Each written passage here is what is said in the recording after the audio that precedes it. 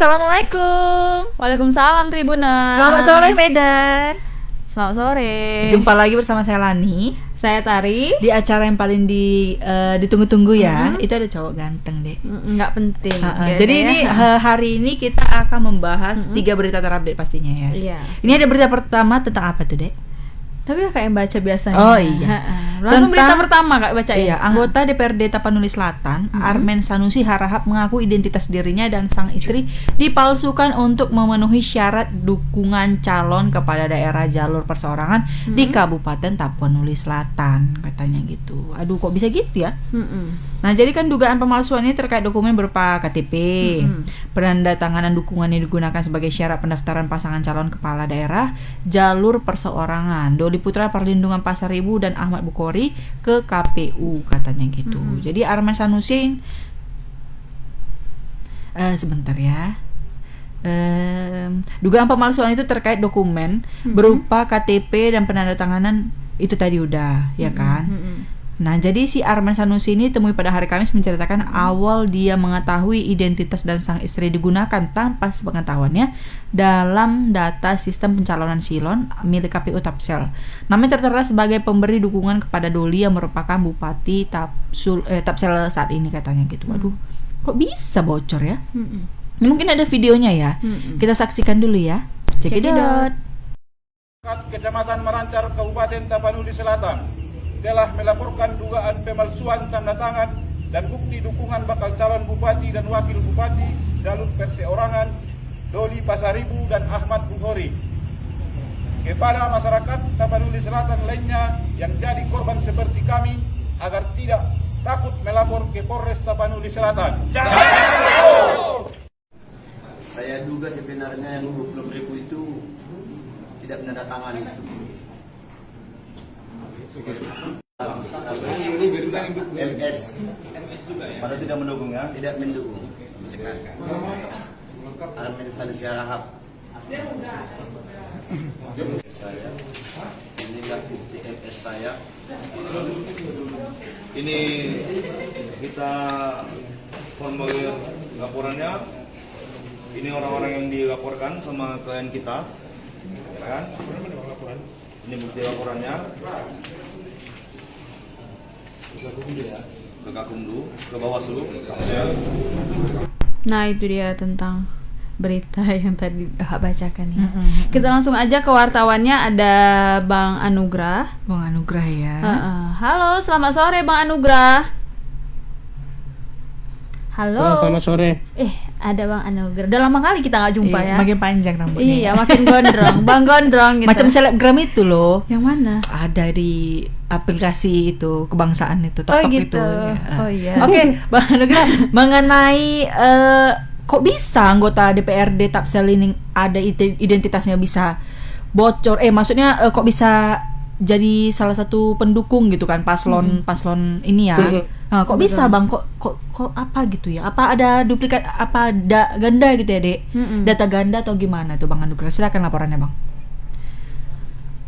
Nah baik, jadi dugaan pemalsuan ini semalam itu disampaikan ya oleh kuasa hukum dari sejumlah warga di Tapanuli Selatan yang mereka mengatakan kalau ada nama mereka di sistem pencalonan atau Silon yang itu merupakan aplikasi milik Komisi Pemilihan Umum ya Kak. Jadi Silon ini adalah seperti database milik KPU yang bisa dilihat secara online terkait data pemilih begitu. Nah, karena dalam proses ini saat ini kan Komisi Pemilihan Umum masih melakukan verifikasi faktual terhadap data calon bupati atau wali kota jalur perseorangan.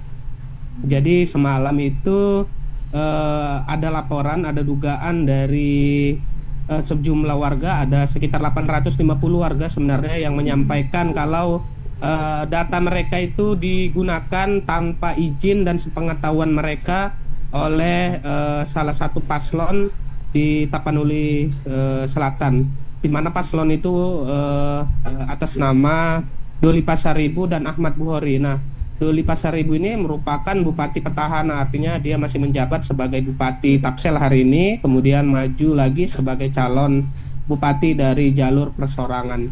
Nah, terkait adanya identitas atau KTP ya. Jadi ada KTP, kemudian ada pernyataan mendukung pasangan calon ini, Doli dan Ahmad Bukhori ini, yang kemudian diserahkan ke KPU sebanyak 26.000 berkas atau 26.000 dukungan, dan dari 26.000 ini ada salah satunya itu yang adalah Armen ya, yang merupakan salah seorang anggota DPR di Kabupaten Tapanuli Selatan. Nah, Armen Sanusi Harahap ini merupakan anggota DPR dari fraksi Gerindra yang juga menyampaikan hal yang sama. Dia tidak pernah menyampaikan dukungan terhadap Doli dan Bukhori, baik itu berupa kartu tanda penduduk dan juga surat pernyataan memberikan dukungan yang ditandatangani oleh dia dan istrinya. Namun kemudian dia melihat kalau di dalam aplikasi Silon milik KPU itu yang dari 26.000 data yang diterapkan sebagai syarat dukungan kepada Doli dan Bukhori ini ada nama dia di situ, ada nama Armen Harahap dan juga istrinya, padahal dia sama sekali tidak pernah didatangi oleh petugas KPU untuk dilakukan verifikasi faktual.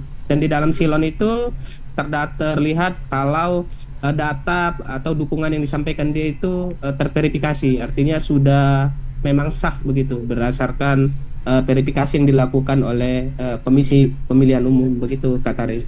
Oke Bang, jadi setelah dicek KTP bupati dan istri ya, itu apakah emang benar anggota DPR itu kan Bang? Apakah benar emang asli atau gimana Bang? Kalau dicek dari dinas apa namanya? Pendudukan ya Bang ya? Nah baik, jadi Kak Tari dia proses penguploadan namanya, penguploadan data dukungan dari milik warga, kemudian terdata ke Komisi Pemilihan Umum di dalam aplikasi Silon itu. Jadi sebenarnya itu bukan KTP-nya KTP asli gitu ya. Karena yang diperlukan itu adalah fotokopi KTP, karena di dalam fotokopi KTP itu kan ada nomor induk kependudukan atau NIK ya. Itu yang kemudian nanti menjadi salah satu syarat untuk mengupload dukungan ini ke aplikasi Silon. Nah, memang sesuai data itu adalah data pribadi miliknya si Armen ini dan juga istrinya. Data itu benar, tapi masalahnya dia tidak pernah memberikan data itu. Artinya tidak pernah memberikan KTP, tidak pernah didatangin oleh timnya dari calon perseorangan untuk meminta dukungan. Dan kemudian selain KTP dan data pribadi ada juga surat pernyataan ya. Jadi surat pernyataan itu adalah surat yang bertuliskan memberi dukungan untuk kepada pasangan calon Bupati Doli dan Bukhori, yang kemudian itu ditandatanganin dan kemudian itulah yang dibawa nanti atau diupload ke dalam aplikasi Silon.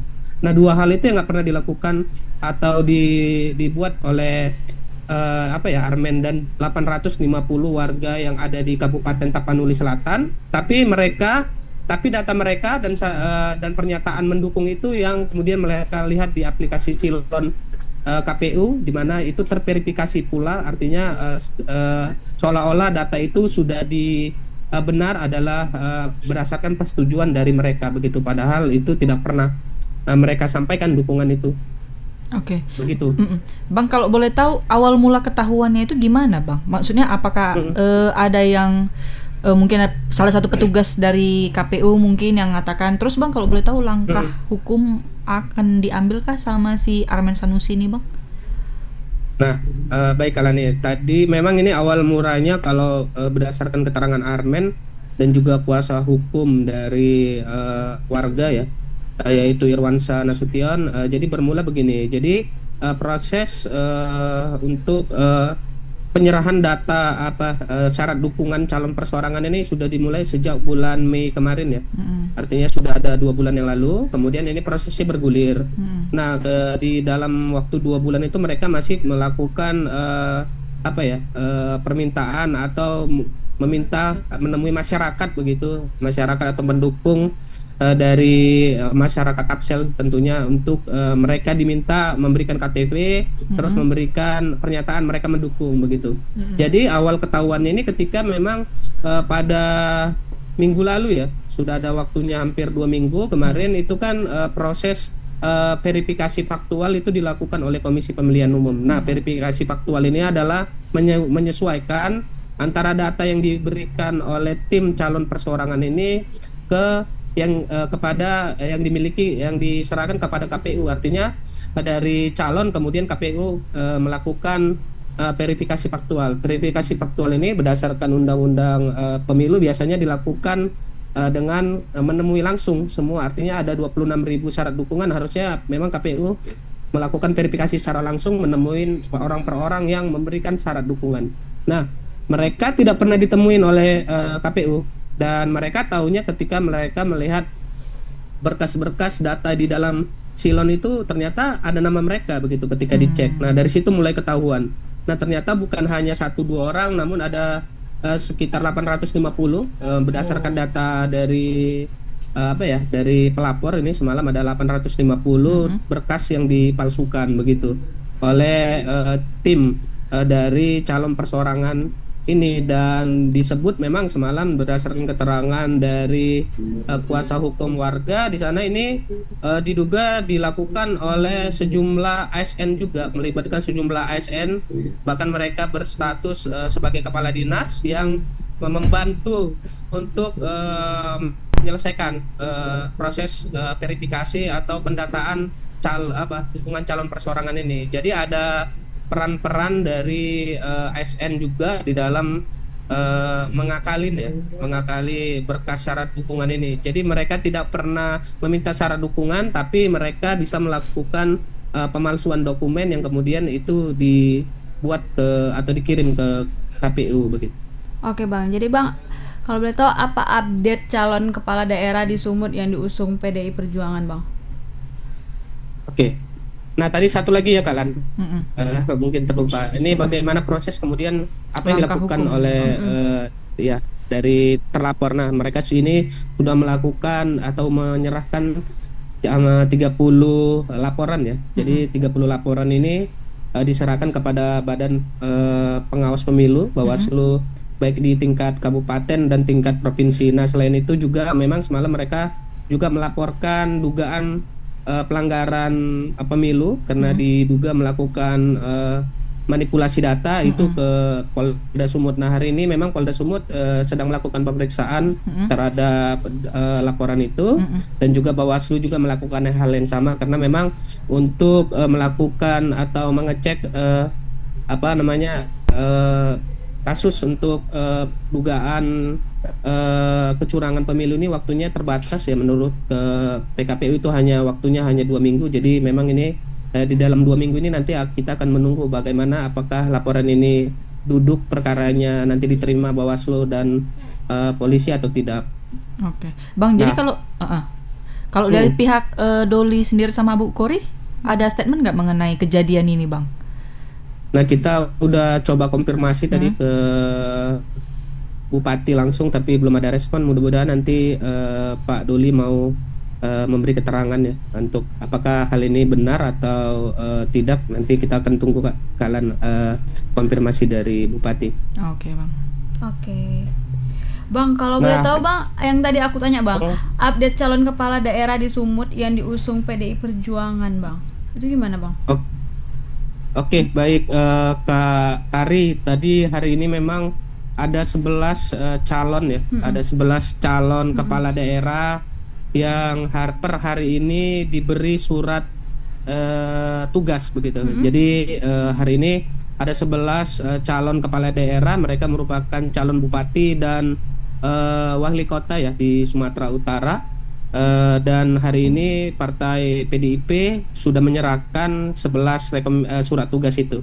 Nah, surat tugas ini adalah berisikan yang pertama itu tentang bagaimana PDIP meminta agar calon, karena dia masih satu calon ya, artinya belum ada wakilnya begitu, untuk melakukan yang pertama itu berkonsolidasi dengan partai politik lainnya untuk mendapatkan dukungan dari partai lainnya untuk bisa mendaftar di Komisi Pemilihan Umum. Kemudian juga meminta agar calon ini juga mulai melakukan strategi pemenangan dengan melakukan konsolidasi baik bersama warga dan juga bersama partai politik lainnya. Nah, tadi ya, kita sudah mengkonfirmasi hal ini kepada Sekretaris PDIP Sumut, Bang Sutarto. Dia menyampaikan kalau 11 ini masih sebatas surat tugas, artinya selain surat tugas nanti kemudian akan ditingkatkan menjadi pemberian rekomendasi dan kemudian pemberian B1 KWK atau syarat dokumen dukungan yang bisa nanti dibawa untuk mendaftar ke Komisi Pemilihan Umum. Nah, tadi 11 calon kepala daerah itu diantaranya adalah Sawa Lauli yang sebagai calon Wali Kota Gunung Sitoli, kemudian ada Andri Saputra Daulay sebagai calon Bupati Labuhan Batu, kemudian Freddy Sitomorang sebagai calon Bupati Samosir, kemudian ada Asri Ludin Tambunan yang merupakan keponakannya mantan Bupati Deli Serdang untuk maju di pemilihan Bupati Deli Serdang, kemudian Putra Alam untuk pemilihan di Pilkada Padang Lawas. Kemudian ada Harpedin Harahap untuk calon wali kota Padang Sidempuan. Kemudian ada Bupati Simalungun Raideapo Sinaga yang juga mendapat surat tugas dari PDIP, serta tadi ada Ferry Saputra Simatupang untuk calon Bupati Labuhan Batu Selatan. Nah, selain memang 11 ini, kemarin juga PDIP sudah mengeluarkan 4 rekomendasi ya terhadap kepala daerah dari PDIP yang merupakan petahana, artinya mereka akan maju kembali sebagai calon bupati di Sumatera Utara. Itu ada Jahir sebagai calon bupati Batubara, kemudian ada Dharma Wijaya dan juga Adlin Tabunan sebagai pasangan calon bupati di Serdang Bedagai, dan juga ada Poltak Sitorus ya untuk di Toba. Begitu, Kak Lani dan Kak Tari. Terima kasih update-nya Bang Anugrah. Kita tunggu kelanjutan informasinya ya kan, dan semoga lancar nanti pemilihannya bupatinya. Terima kasih Bang Anugrah untuk informasinya, Bang. Selamat sore. Selamat sore. Nah, itu deh. Emang kalau Bang Anugrah ya kan menyampaikan itu pasti sangat ya detail ya kan Kak. Informatif. Iya betul. Nggak usah kita rangkum, udah terangkum juga tadi ya. Betul. Itulah memang reporter Tribun kan luar biasa. Terpercaya, terupdate ya kan. Makanya jangan percaya media lain kecuali Tribun Medan. Oh gitu. Mau telepon pula sama mamaku. Ya udah, lanjut langsung berita kedua ini. Kok berita kedua? Oh iya kan, berita kedua. Kan udah selesai tadi berita. Ini mengenai pencurian ya? Iya, pencurian di toko jasa wedding. Berhasil digagalkan, karyawan sempat tertangkap sebelum lari kocar kacir. Toko jasa wedding digagalkan karyawan. Kok bisa? Jadi aksi pencurian sepeda motor di depan Blast Wedding, Jalan Kapten Muslim, berhasil digagalkan salah satu karyawan bernama Reza. Jadi gagalnya pencurian ini pun terekam kamera CCTV dan viral di sosial media katanya. Jadi dalam rekaman video closed circuit television atau CCTV, pelaku tiba-tiba datang ke arah sepeda motor yang sedang diparkir. Jadi itu begitu ya naik dan memundurkan motor, salah satu pekerja bernama Reza keluar langsung memiting leher pelaku. Apakah dia kepiting? Bukan ya. Jadi sayangnya pelaku lebih kuat sehingga kuncian yang dilakukan pekerja ini lepas dan membuatnya terbanting. Usai lepas dari pitingan, pelaku melarikan diri ke arah jalan raya, sementara pekerja tadi dibantu beberapa pengendara terus mengejarnya. Jadi lagi-lagi jatuh akibat tendang dan hampir saja tergilas mobil. Aduh, ngeri kali ya. Jadi si Reza ini menerangkan percobaan pencurian terjadi hari Kamis tanggal 18 kemarin jam 1 siang. Jadi saat itu sedang berada dalam toko sementara temannya memperbaiki pompa air di depan toko. Jadi kunci sepeda motor temannya itu saat itu memang tidak dilepas karena mereka bolak-balik membeli peralatan. Itu karena adanya kesempatan. Ya kan? Jadi ya itulah dia ya kan. Jadi terjadilah. Ya kayak itulah, ada video Kak Cekidot. Udah ada. Itu salah sendiri juga. Iya, kuncinya nempel. Belum kelihatan orangnya. Jangan cepetin nanti. Biar ketahuan sempat ada piting-piting aku tengok di sini. Aku tengok piting-piting, aku pikir kawan sama kawan. Jadi kan aku mau bilang apa? Begitu ada piting paling kata dorong aku lari. Itu dia. Mana? Itu dia. Oh, Ih, iya. gila dia. Ih. Gak ada otaknya, Bang. Cepet kali. Cepat juga dia. Gila, ih. Nah ini kami makanya pas di sini. Iya, ih. Aduh, ini bodoh amat. Ih, bodohnya. Tengok isi. Aturan tabrak aja. Kawannya nggak berani. Kawannya nggak berani. Sudah dapat gitu. Ada lepas lagi ke Kawannya nggak berani kek. Kawannya Nggak berani, ya. Nggak berani pukul kawannya. Takut.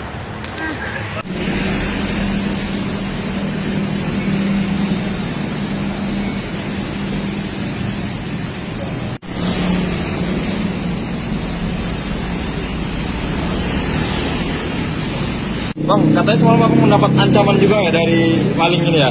Ya, mungkin dia anggota ormas atau apa ya, kita nggak tahu. Soalnya pas saya kejar, dia langsung bilang, kamu tunggu sini ya, aku tahu gitu. Jadi kita nggak berani ngejar lagi, takutnya dikeroyok atau diapain sama ormas-ormasnya kan, kita nggak berani juga. Padahal saat itu udah tinggal nangkep nih ya sebenarnya. Cuman karena kita cuma berdua kan, nggak ada warga yang ikut bantu, jadi akhirnya kita pulang balik aja ke posisi awal. Astaga, kalian nggak ada bilang-bilang ya, langsung live ya. Ya ampun Kak. Itu dia Kak tadi ya kan, Iya, Kak videonya. Ini ada reporter kita, Iya, ada langsung Bang ke Freddy. reporternya ada Bang Freddy. Ini Halo dia. Bang Freddy, selamat sore.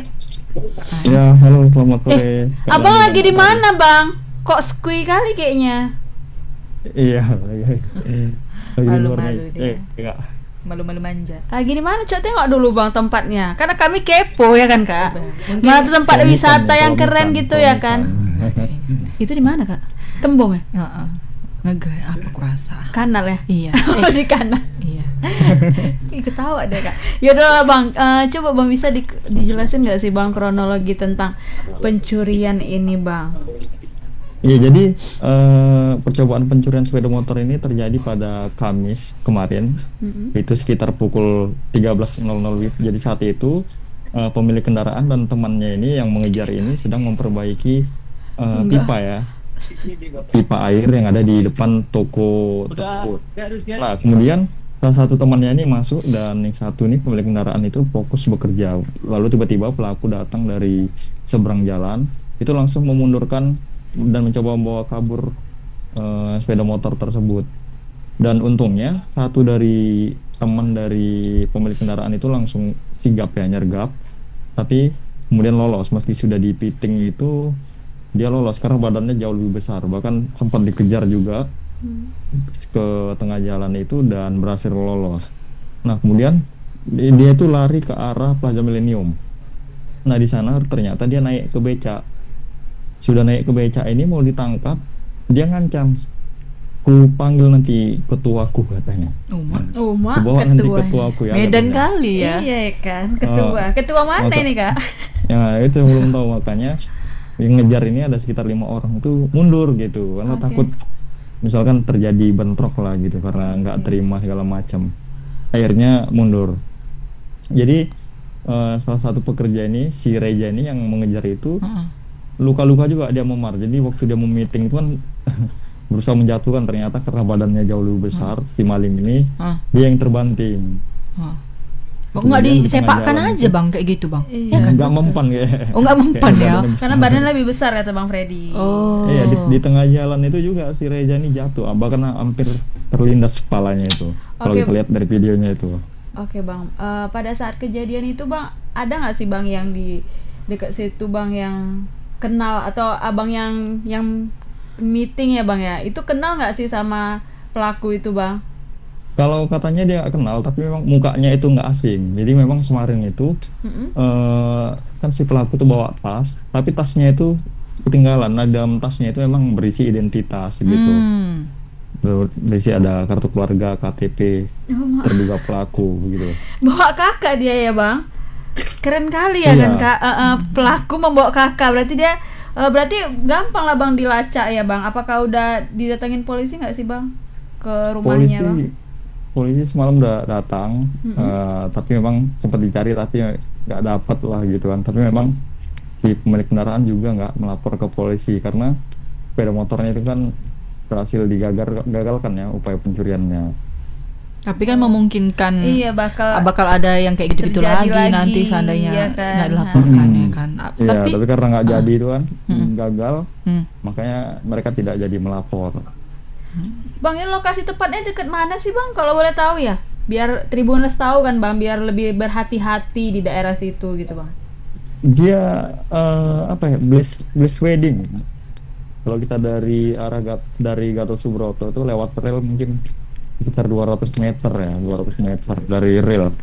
Gatot Subroto. Oh, berarti dekat mau Plaza apa sih Bang? Yang di Jalan Kapten Muslim berarti ya? Gak perta Bang. Lewat Plaza Millennium, simpang apa sih ya? Gak perta. Iya, simpang Gak perta kalau nggak salah itu ya. Berarti Lampu merah di itu situ. sebelum. Oh, di simpang lampu merah itu. Kan kayaknya di situ rame ya Bang ya. Kalau nggak bisa rame-rame ngeroyok dia gitu kan. Kupikir di Tembung, Iya. kalau Tembung kan tadi Nggak ada yang berani nggak lagi. bisa lewat. Rame. Masyarakat nggak berani dan nggak ada yang berani ikut ngejar lah. Itu yang ikut ngejar itu ada ojek online dan beberapa orang lain lah. Tadi sepakan itu jatuh ya kan. Iya, mungkin ketuanya itu Bang dikenal ya Bang sama Entah ternyata ketua wiret gitu kan. Lupa dia cuma bilang ketua ya kan, Dek. Bang, mungkin ketuanya itu dikenal sama daerah-daerah situ mungkin ya. Karena dia sebut nama. Ada sebut nama nggak sih? Nggak ada, dia nggak ada nyebut nama. Tapi kan karena sepertinya si korban ini atau yang ngejarnya, yang diancam ini mungkin pendatang ya atau perantau, makanya dia agak takut makanya dia takut lah gitu, makanya nggak jadi dikejarnya lagi. Oh gitu. Bang, daerah situ sering nggak sih Bang terjadi kayak gini? Kalau Sering lah dia di Medan. enggak, oh iya ya sering Apa ya. yang nggak sering ya kan, Bang? Kalau penjelasan dari mereka berulang kali di situ. Oh, Udah termasuk sering lah, bahkan beberapa kendaraan juga sempat dirusak tapi memang gagal lah gitu. oh, berarti harus jadi perhatian juga nih ya Kak dari betul. pihak keamanan ya kan, Iya. kepolisian ya, Betul, biar dicek daerah situ gitu kan Kak. Karena meresahkan juga kan, takut nanti selain dari sepeda motor bisa yang lain-lain juga bisa nanti kebobolan tuh maling ya kan Kak, masuk ke dalam rumah gitu kan. Oke Bang, ada lagi Kak yang mau Itu disampaikan? aja. Oh itu aja. Ngeri lah pokoknya ya di Ngeri Medan ya. itu ya kan. Abang tuh aja main meeting aja kalah dia. Iya kan, kalau AKM meeting kayaknya bisa ya kan Cuma Bang? bawa ya. Kalau badannya Kalau sama. aku dek mana yang ada batu itulah yang kuambil. Iya Ya kan? kan, pala aku kayak gitu-gitu. Bang Freddy nggak semangat ngomong sama kita deh. Iya mungkin enggak. Enggak. Keras nyari tukang pecel di situ. Sambil duduk-duduk kan di apa Bang, tuh? itu di mana sih Bang? Tempatnya sekali kali pengen tahu kami. Nyari di Bang. kolam. Jangan nanti diputar kamera nampak di situ orang-orangnya dek kau pun. Iya, kayak jangan-jangan orang-orangnya kita Wisata. kenal juga ya. Iya, takutnya Iya. kita kan lagi nyari pecel di situ. Ya terima kasih Bang Freddy untuk laporannya Bang. Terima kasih Kak. Selamat sore sore. Bang. Selamat sore. Memang kok kita suka kalau ngerjain orang nomor 1 ya kan. Kan ke Bang Freddy lama kali siapnya pun nggak habis ya. Iya, entah apa ya Nah, tanya. cuma berita ini aja pun nanya panjang kali. Iya, tapi biar lebih dari 27 menit. Bang ya Freddy kan? tuh kayak apa? Kayak lagi sama pacar gitu kan. Iya, Terus kayak- bosen gitu liat kita kan. Ya kayak kan? cowok-cowok cool gitu ya. Iya, kayak Ya Allah. apa sih kamu Iya. gitu kan. Iya, gitu kan. Tapi Iya. kalau Abang Anugrah tadi antusias ya. Iya, dia kayak apa gitu kan. Kayak Macam baru lama zaman-zaman nggak jumpa. PDKT. Macam lama nggak jumpa ya kan. Iya, dia kayak apa selebgram tok-tok gitu loh. Iya kan. Yang Siapa- sering yang mana ada yang sih? lucu-lucu itu loh. Lucu aku. Jangan-jangan emang dia Kak? Mungkin yang satu introvert, yang satu enggak gitu. Oh gitu. Iya, yang satu kan yang satu lagi tukang melece. Mm-mm. Nyampe kacamata tuh. Yang bestinya orang ini juga. Oh, yang waktu muncul banyak asap-asap itu ya. Bang asap ini nih, Oh, iya. Bang Freddy. Yang satu lagi ya, jarang Iya. ya. Kita jarang dapat dia lagi Sering ya. lah. Oh iya sekarang Udah nggak jarang pernah dia. loh. Jangan-jangan dia nggak mau. Bang janganlah Bang kalau sama yang dua itu Bang. Nggak berbobot kata gitu kali ya. Ditanya A sampainya Z gitu Iya. kan. Mestinya zoomnya itu sebentar aja. Iya Cuman langsung gara-gara habis kuota ya iya, kan. memang habis. Tapi ini ada berita duka cita nih deh. Oh iya berita duka cita dari Jennifer Copen ini, suaminya meninggal dunia ya kan. Iya, turut berduka cita buat Jennifer Copen ya. Jadi pesinetron Jennifer Copen membagikan kabar duka. Jadi Jennifer Copen mengabarkan suaminya Ita Dali Wasing meninggal dunia katanya. Jadi Jennifer Kopan mengunggah kabar tersebut dalam Instagram story akun pribadinya. Dali Wasing meninggal dunia pada hari Kamis semalam. Nyari Jumat kan? Iya, ya, Jumat, betul semalam itu. berarti. Jadi di pukul 2.20. Oh ya ampun, aku nge-scroll Paknya habis beritanya langsung. Iya kan? Iya, langsung habis ya. Itu tulis Jennifer Chopin ini kan. Tapi aku nggak tahu Jennifer Chopin ini siapa. Itu loh, Dek, di selebgram juga kan. Yang cantik itu itu kan ya? juga membagikan kabar apa tuh, pesinetron juga dia kan. Padahal Tapi yang iya, aku anaknya tahu lagi lucu-lucunya. Oh iya ya, masih kecil ya anaknya. Gemes ya. sekali, iya. Cuman itulah kita nggak tahu ya kan namanya. Berarti suaminya meninggal kenapa ya kalau boleh tahu, Kak? Di meninggal kecelakaan kan? Kecelakaan ya? Lalin, iya. Oh, kecelakaan lalu lintas. Ini ada videonya kan ya? Oh, nggak ada videonya. Jadi kami suruh cuap-cuap gini. Udah dateng itu tukang-tukang Ya udah, apa itu. kalau gitu Jadi kan. itulah ya kan beritanya. Jadi tadi aku nengok update-nya di rumah sakit. Berarti semalam kejadian itu kan di rumah sakit, ya kan. Sama orang tuanya si suami kan sambil berpegangan tangan gitu. Aduh, kasihan kali lah. Jadi banyak netizen yang buat komentar kayak, aduh nanti nggak ada lagi yang vlog-vlog mengenai anaknya, ngerekam tentang anak kegiatannya lagi ya kan, karena udah berarti mereka lagi hangat-hangatnya ya, lagi romantis-romantisnya. Anaknya lagi, aduh nggak ngerti lah ya.